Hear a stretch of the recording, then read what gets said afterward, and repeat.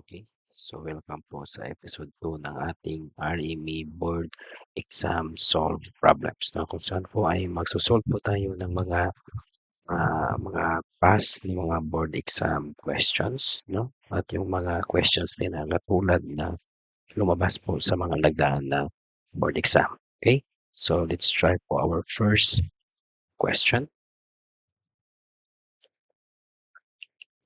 Okay, so we have here what resistance must be connected across a 4 ohm resistor in order to give an equivalent resistance of 3 ohms. So, yung mga choices po natin. So, 10 ohms, 8 ohms, 12 ohms, or 9 ohms. Okay? So, for the solution, okay? So, pinakauna natin gawin is gagawa pa tayo ng diagram. So, yung connection po niya kasi across yung nakalagay. So, that will be in parallel. No? So, label po natin ito yung R1. So, ito yung hanapin natin na value ng resistor. So, yung R1 natin is ka-series po sa ating 4 ohm and nagdidala nakaparallel po sa ating 4 ohm resistor. So, tawagin yung ating 4 ohm resistor as R. Yan. So, meron po tayong equivalent resistance. So, yan po yung equivalent resistance ng itong dalawang nakaparallel resistor. So, that will be 3 ohms. Okay. So, for parallel resistance, to get the equivalent no, resistance, the RE, so that is equal to R1 times R2 over R1 plus R2. So, this formula, applicable lang po to kapag meron po kayong dalawang resistors connected in parallel. So, i-manipulate po natin yung formula. So, this will be RE. So, lipatin sa kabila. So, that will be R1 plus R2 is equal to R1 times R2. Okay? So, at this point, we will be substituting kung ano po yung given. So, yung RE po natin is 3. Okay? Okay, so we have 3. Tapos, yung R1 natin, so yan, wala po tayong value yan. Yung R2 po is 4. So, this will be, okay, wala po tayong R1. So, times 4. Okay? So, ito, multiply po natin each, no? Ito sa loob. So, we have 3 R1 plus, we have 3 times 4, that will be 12. It equal to 4 R1. So, i-combine po natin yung parehong may R1. So, itong 3R1 and dito natin sa kabila. So, we have 12 is equal to 4 R1. So, kapag nilipat natin to kasi ito ay positive. So, kapag nilipat sa kabila, that will become negative. So, 3 R1. So, we have 12 is equal to 4 minus 3. So, that will be, so 4 minus 3 will be 1. So, we will left with R1. So, our value ng ating resistor na dapat nakakonect in parallel will be 12 ohms. No? This now will be our answer, which is letter C. Okay? So, bago po tayo pumunta po sa ating next na problem, so, I would like to invite you all to subscribe to our channel at mag-leave po ng like at comment po sa ating video because it will help po sa ating channel pag tayo po ay makapagtuloy, no? Makapagpatuloy ng paggawa ng mga ganitong klaseng video. Okay? So, let's proceed now to our next question, no? So, this will be determine the reactance of a 50 microfarad capacitor at 60. Okay? Solution. So, ang hinahanap po dito is yung reactance, no? So, given po sa atin yung capacitance which is 50 microfarad. So, kasi micro to, so that will be equal to 50 times 10 to the power of negative 6. So, yan po yung value ng microfarad. Given po yun sa atin yung frequency which is 60 Hertz. So, to solve po the reactance, no? Ito yung ating given is a capacitor. So, that we will call as XC. So, that will be our capacitive reactance. So, capacitive reactance. Okay. So, meron din po tayong video about different types of reactors sa capacitive, the inductive, at all about po AC circuit. So, yung video po, yung link po ng video ay nasa description po ng video ito para po makapanood po kayo kung paano po yung pagkuha ng mga capacitive reactants, inductive reactants, yung power factor, kung paano po mag-solve ng mga quantities on an AC circuit. Okay? So, the formula for this one, Xc is equals to 1 over 2 pi Fc. So, i-substitute na po natin yung mga given natin. So, we have 1 over 2 pi. So, yung F natin is 60 Hertz. At yung ating C, the capacitance is 50 times 10 to the power of negative 6. Yan.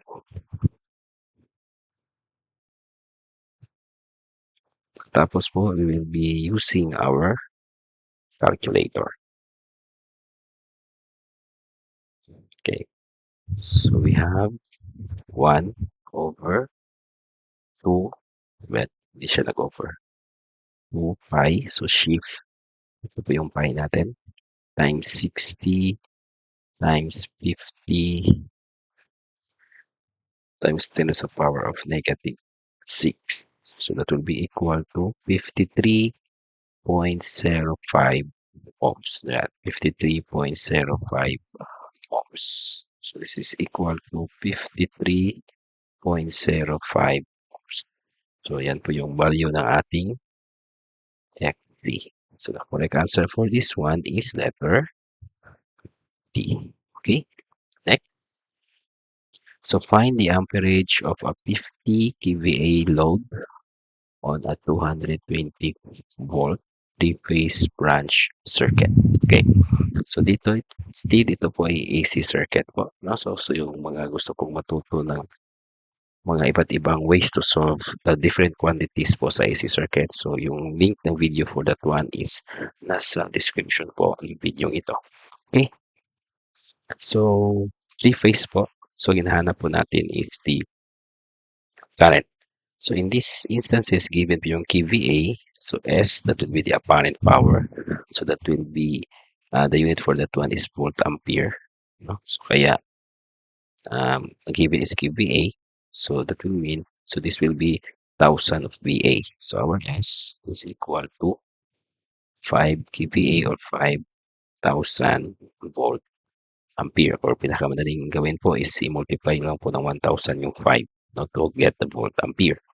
Given po natin din is yung voltage, which is equal to 220 volts, no?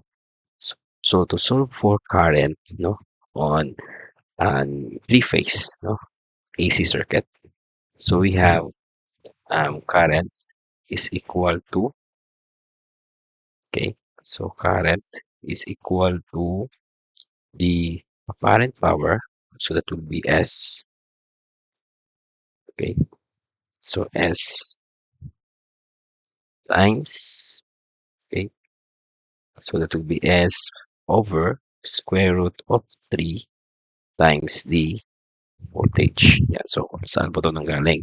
So, yung formula po ng apparent power is equal to the square root of 3 times the voltage times the current. So, ilipat lang natin itong dalawa sa kabila to solve for the current. So, kaya nagiging over dito. Okay? So, now, we will be substituting the given. Okay? So, gamitin na natin yung ibang kulay ng ating pen. Okay? So, we have I is equals to S over square root of 3E. So our S is 5,000 volt ampere over square root of 3 times 220 volts. No? So we're left with amperes kasi magka-cancel yung ating voltage. Okay? So using our calculator,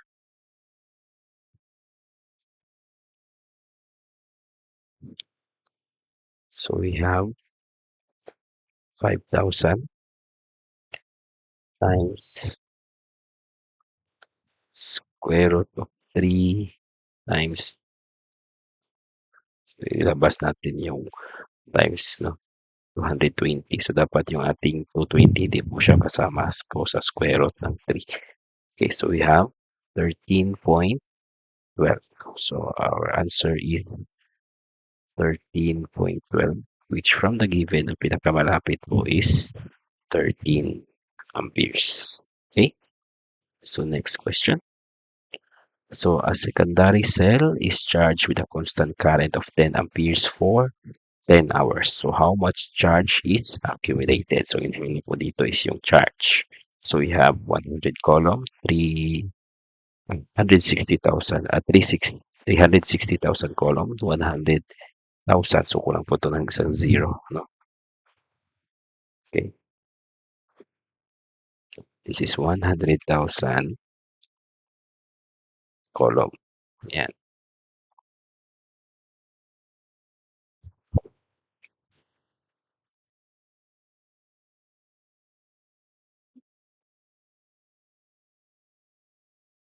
100,000 column po to. Okay, then we have 60,000 column. Okay, so for the solution, okay, gagawin lang po natin is to first write the given. So we're given with a current of 10 amperes. So yung time po natin is 10 hours, no? So in order for us to solve for the current, so solve for the charge, so dapat po yung time natin po dito is naka-seconds, no? So i-convert po natin to. So we have 60 minutes is to 1 hour.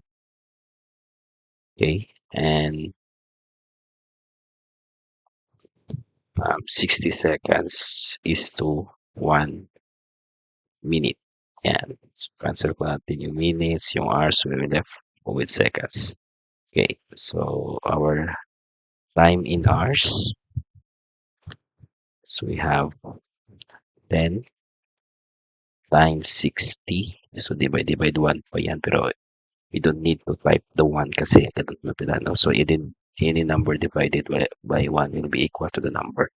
Okay, then we have times 60. So, that is equal to 36,000. No? So, 36,000. So, we have 36,000 seconds. No? So, yun yung ibang shortcut po nito. No? Yung exact na equivalent ng hours to seconds. So, yung ating 1 hour, so that is automatically equal to 3,600 seconds. So, kapag ito multiply mo sa 10, so you still get 36,000. Okay? So, then we have the formula for this one. So, from basic electricity, so current is equal to Q over T. Yung Q po natin dito po is our charge, no? So, yung formula po na to, it is also discussed on one of our video or one of my video, no, about basic electricity. Yung link din po is nasa description ng video ito. So, ilipat natin sa kabila, no? Itong time para tira dito is yung Q na lang sa para makukuha natin yung formula to solve for the charge. Okay? So, that would be I times T is equal to your charge. Na solving for your charge. So, substitute na natin yung current, which is 10 amperes. Okay? Then, yung ating time is 36,000 seconds. Okay? So, we have 10 times 36,000. So, that will be equal to 360,000. Okay? So, we have 360,000 column because the unit for charge is column. So, the correct answer for this one is letter B. Okay? Next natin na problem. So, a cell, a cell whose EMF, so this is EMF po, no? Okay? So, that is EMF So EMF means electromotive force. So the other term for voltage po ito is 1.45 volts, has an internal resistance of 4 ohms. So what current will flow if this cell is connected across a 1 ohm resistor? So this is just a very basic AC circuit na kung sa, AC, not AC but series circuit na kung saan kinukuha natin yung total current. Okay? So in order to solve for this one, firstly, no, dapat pong ma-picturize or ma-visualize natin yung circuit. No? So, i-draw mo natin yung circuit. So, you have your internal resistance R here, which is equal to 1.45. No? No, no, not 1.45. Ano ba yan? 4 ohms pala. Internal resistance is 4 ohms. Okay.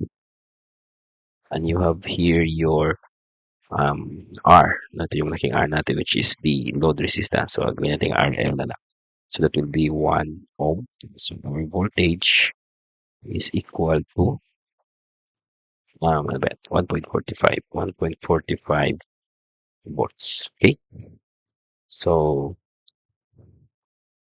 using Ohm's law, no? So, yung current natin, that will be equal to voltage over resistance. Now, for this instance, because this is a series circuit, so yung resistance natin is total resistance.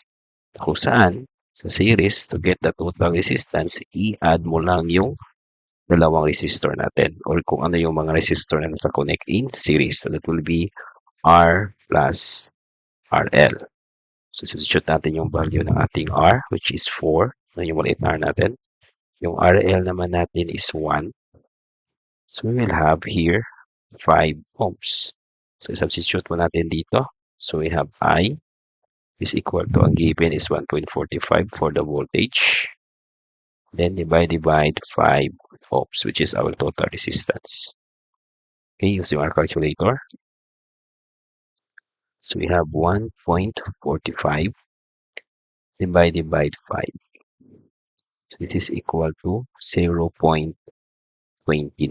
Yan. So, yung pinakamalapit po dito is yung ating 0.3.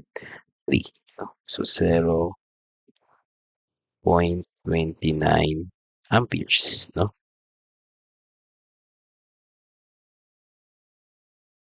Okay. So, correct answer for this one po, mga sa ating choices is letter D. Okay.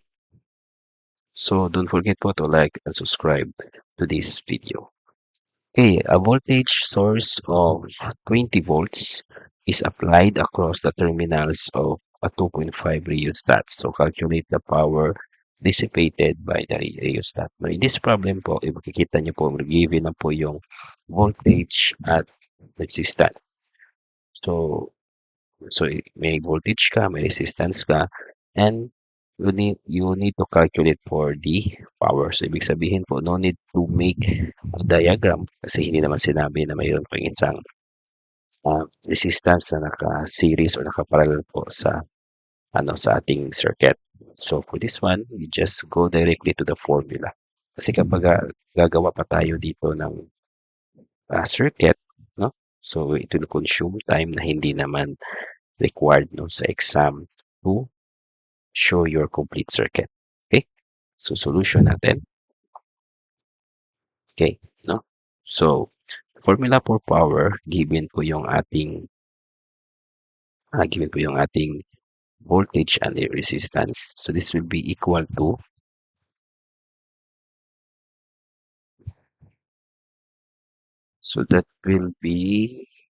given po yung ating dito, voltage and resistance. So, this will be equal to E squared over R. So, yung given po natin.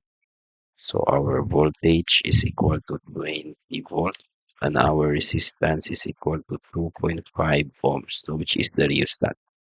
Okay. So, substituting po lahat ang given natin. Okay. So, we have 20 volts squared. Okay. So, divided by 2.5. Okay. So, using our calculator. So, 20 squared divided by 2.5. So that will be equal to 160. So our power is equal to 160 watts, no, which is letter. So the choices natin, that will be letter A. Okay. So next problem po. So what is the amperage of a 120 volt single phase circuit that supplies a load of 3.12 kVA? Okay. So yung kanina po yung isang sinolve natin. Okay, so magagamit po natin yung concept at yung formula nun. Okay, so the apparent power is 3.12 kVA. So ito lang pong 3.12, 8 times lang po natin na 1,000 to get the, the VA. So it will be 3,120 volt ampere. So try pa yan sa calculator if tama pa. No? So we have 3.12 times 1,000. Okay, so that is 3,120. So yung voltage po naman natin, E is equals to 120 volts. Okay. So yung ating current, yung kanina yung sa 3-phase, so current is equals to the apparent power over square root of 3E. Now for this one, kasi single phase tayo, so wala na po itong square root of 3. So our formula would be just equal to, so current is equal to S over E. So substitute po natin yung ating VA, apparent power, so 3,120 volt ampere over our voltage, which is 120 volts. And now we will have our current. So we have 3,120 divided by 120. So that is equal to 26. Okay, so our current is equal to 26 amperes, no? Which is from the choices is equal to letter A. Okay. Okay, at yan po nagtatapos yung ating episode 2 ng ating RMA Solve Problems. So I hope po may natutunan po kayo sa video nito at sana po ito po ay makatulong upang kayo po ay pumasa sa kukunin nyo na RMA exam. Again po, so to support this channel, no, don't forget to subscribe, like the video at comment po, no? Comment po kayo kung ano po yung natutunan nyo at kung in case pa po may mga tanong pa kayo sa ating mga solution or kung may gusto kayong problem na you want to be featured on on one of our videos na itatry po nating bibigyan ng solution. Okay? So that would be all for this edition or this episode. I hope you learned something, and as always, this is Engineer King. Peace out.